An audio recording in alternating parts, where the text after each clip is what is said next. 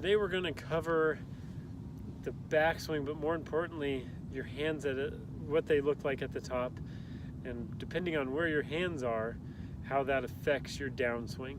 So if you haven't already, go ahead and subscribe to the video, and we're going to get started. Alright, so we're talking about the top of the backswing. We're not going to cover like exactly the wrists or any subject that has to do with that. You can check out past videos if you want to know how to get a flat wrist or maybe how to square your club face up.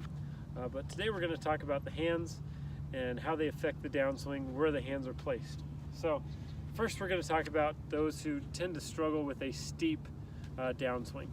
Okay, so when they get it to the top, what I see a lot of is very little shoulder turn. Okay, that's the first key.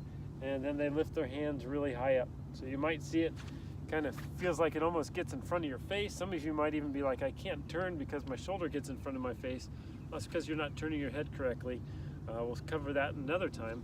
But we see a lot of just really high hands and very little shoulder turn. So automatically on the way down, we know, well, let's turn towards our target. And so they swing down, they open up their chest, they open up their hips, and that club comes down really steep, okay? Now there are some good players that do have really high hands, okay, but you have to understand they also have a pretty great shoulder turn, their hips are turning good, and they're very skilled at dropping it back down. All right, like a Dustin Johnson, Ernie Els when he was younger had super high hands, or Davis Love, okay, even Tiger Woods, they had really high hands, but they're very skilled at shallowing it out. All right, then the next one is kind of the middle plane. So you get it here and it's maybe just above the right shoulder, just a little bit, okay?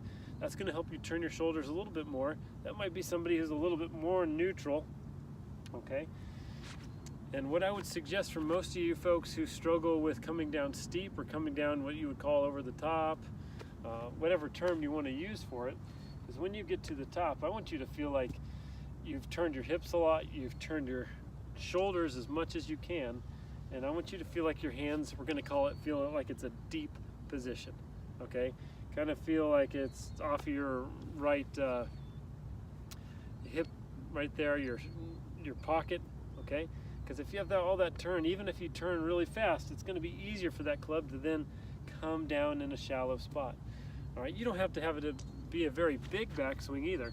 So if you really turn everything and you get your hands deep, even if your hands only go that far back, it's going to be a lot easier for you to then drop that club back at that shallow angle of attack. And we know that shallow angle is what's going to make you successful, especially as your clubs get longer.